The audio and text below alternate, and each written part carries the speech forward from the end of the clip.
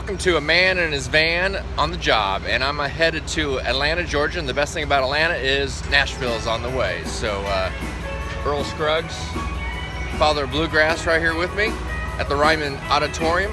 Gotta love Nashville.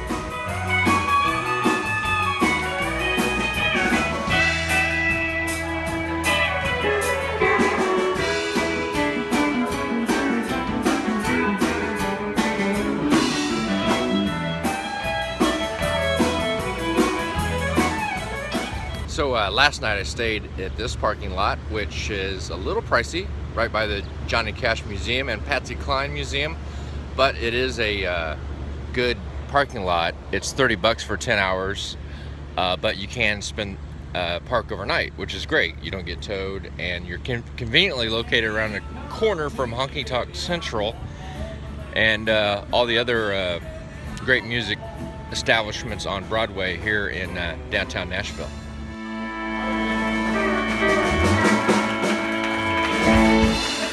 That's right, thank you.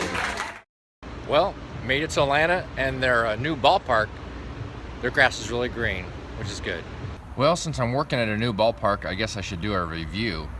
It's obviously a nice ballpark because it's brand spanking new. But there is some controversy about building this ballpark in the suburbs. I don't know all the local politics of it, but personally, I'm against building stadiums in the burbs. The downtown areas usually need the most economic development, so by default, I'm a bit suspect. My favorite part of the park is the Chick-fil-A cow in right center. I'm not sure what that says about the park, or me, but I like that cow out in right center. It's a small ballpark, so the views aren't too bad from the upper deck. I did notice one amateur move. There's nowhere to place your beer on the party deck in the outfield. I mean, come on, where are you going to set your beer? You don't want to spill on everybody below you. What were they thinking? They do probably have one of the best areas for kids in the majors. You can really tell they put a lot of thought into this, and the kids have definitely benefited. Lots of cool stuff out there in the kids' fun zone. There's also a lot of social and dining options in the plaza area connected to the stadium. Overall, a great park, but it feels a bit manufactured and feels like a bit of a corporate sellout. That's just my gut talking. But I guess that's what you get for building a stadium, not in Atlanta, but out in the burbs. Well, after Atlanta, it was a long road trip to Arizona with a stop in Little Rock first for a little beer at a local brewery in Little Rock. Then on to my favorite pizza spot in Oklahoma City, The Wedge. And that's always good food and more good beer. Little F5 there in Oklahoma City. Then on to Smith & Knight and outside in Santa Rosa.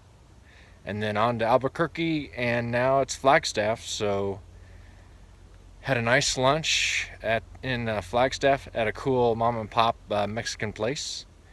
And now out hiking and looking forward to more beer later. So it's kind of a beer tour more than anything, with some work thrown in. As much as I love Nashville, the last 2 days in Flagstaff and Sedona have been the best part of this 2-week road trip. Flagstaff was perfect weather-wise. The hiking was great and definitely a good workout. Got my heart rate up in the 130 to 140 range for sure. The drive from Flagstaff to Sedona is a beautiful and short drive at an hour. Of course, the views in Sedona are gorgeous. It's hard to go wrong. I went out to Red Rock State Park and did some hiking and exploring. Great views. A bit warm in the lower 90s compared to Flagstaff, but the views are certainly worth any extra sweat involved. Well, it's back to work for me in Phoenix as the Dodgers take on the D-backs in a 3-game set. I'm glad it was smooth sailing driving from Atlanta to Phoenix, with plenty of fun mixed in, especially from my reporting partner with the Dodgers.